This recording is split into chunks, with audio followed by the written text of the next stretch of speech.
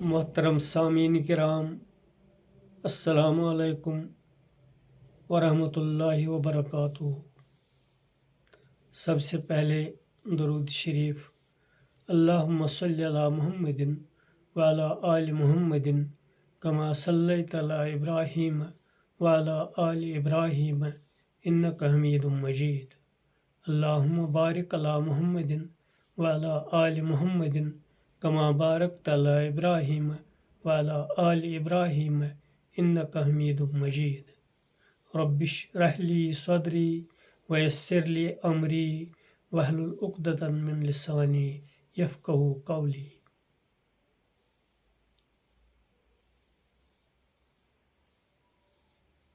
دعوت اللہ کے سلسلے میں آج کا ٹاپک ہے امت کی ذمہ داری، یعنی امت مسلمہ کی ذمہ داری۔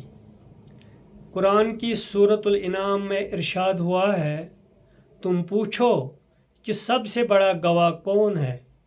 کہو اللہ، میرے اور تمہارے درمیان گواہ ہے، اور مجھ پر یہ قرآن اترا ہے تاکہ میں تم کو اس سے خبردار کر دوں اور اس کو جس کو یہ قرآن پہنچے۔ اس آیت میں پیغمبر کی زبان سے یہ کہا گیا ہے کہ مجھ پر قرآن اتارا گیا ہے تاکہ میں تم کو اس سے خبردار کر دوں اور اس کو جس کو یہ قرآن پہنچے۔ پیغمبر اسلام صلی اللہ علیہ وسلم نے اپنے زمانے کے لوگوں تک براہ راست طور پر خود اپنی کوشش سے قرآن کے پیغام کو پہنچایا تھا۔ اب آپ کے بعد آپ کی امت آپ کی نیابت میں پیغام رسانی کا یہ کام انجام دے گی۔ ہر دور کے افراد امت آپ کی نیابت میں یہ پیغام رسانی کا کام انجام دے گی۔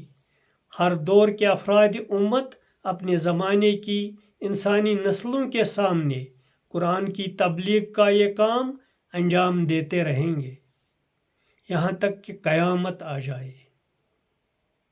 اس سلسلے میں جو ذمہ داری پیغمبر کی تھی، ٹھیک وہی ذمہ داری اب امت پر عائد ہو چکی ہے۔ امت کو ہر حال میں قرآن کا پیغام تمام انسانوں تک پہنچانا ہے۔ اس معاملے میں امت خاص طور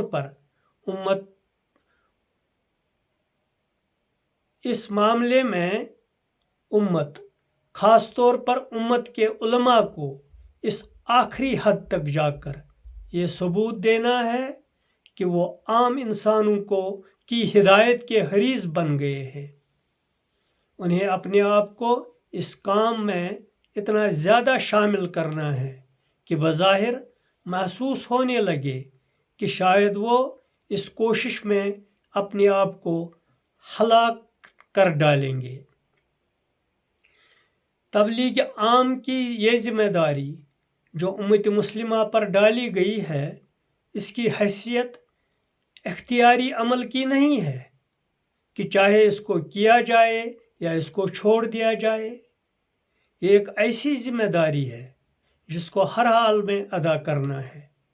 جس طرح پیغمبر کے لیے اس معاملے میں کوئی عذر قابل قبول نہ تھا، اسی طرح آپ کی امت کے لیے بھی اس معاملے میں کوئی عذر قابل قبول نہ ہوگا۔ حتیٰ کہ بظاہر دوسرے دینی اعمال بھی امت کی نجات کے لیے کافی نہیں ہو سکتے اگر وہ دعوت عام کے اس فریضے کو چھوڑ دیں گے۔ ہزاروں انسان ہر روز مر رہے ہیں، اس طرح وہ اس موقع سے محروم ہو رہے ہیں۔ انہیں خدا کی بات بتائی جائے اور وہ اس کو قبول کر کے خدا کی پکڑ سے بچ سکیں۔ ایسی حالت میں مسلمانوں کا لازمی فریضہ ہے کہ وہ ہر عذر کو چھوڑ کر دعوت اللہ کی اس مہم کے لیے اٹھ کھڑے ہوں۔ دعوت اللہ ایک لازمی فریضہ ہے۔ قرآن کی سورۃ المائدہ میں ارشاد ہوا ہے، اے پیغمبر، جو کچھ تمہارے اوپر تمہارے رب کی طرف سے اترا ہے اس کو پہنچا دو، اور اگر تم نے ایسا نہ کیا تو تم نے اللہ کے پیغام کو نہیں پہنچایا، اور اللہ تم کو لوگوں سے بچائے گا۔ اللہ یقیناً منکر لوگوں کو راہ نہیں دیتا۔ اللہ تعالیٰ نے پیغمبر کو جس مقصد کے تحت بھیجا وہ یہ تھا کہ خدا سے ملی ہوئی ہدایت کو وہ لوگوں تک پہنچا دے۔ یہی پیغمبر کا اصل کام تھا۔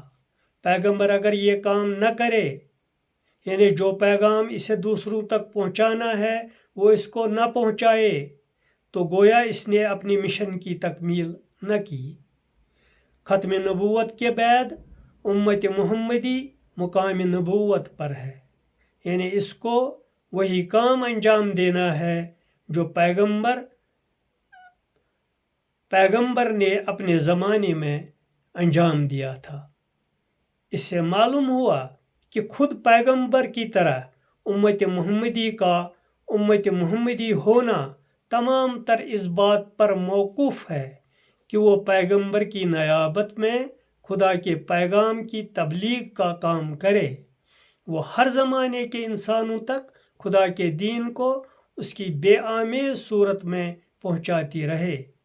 اگر اس نے ایسا نہ کیا تو اس پر بھی قرآن کی مذکورہ آیت کے الفاظ صادق آئیں گے، یعنی وہ خدا کی نظر میں اپنے امت محمدی ہونے کی حیثیت کھو دے گی، اور اللہ تم کو لوگوں سے بچائے گا۔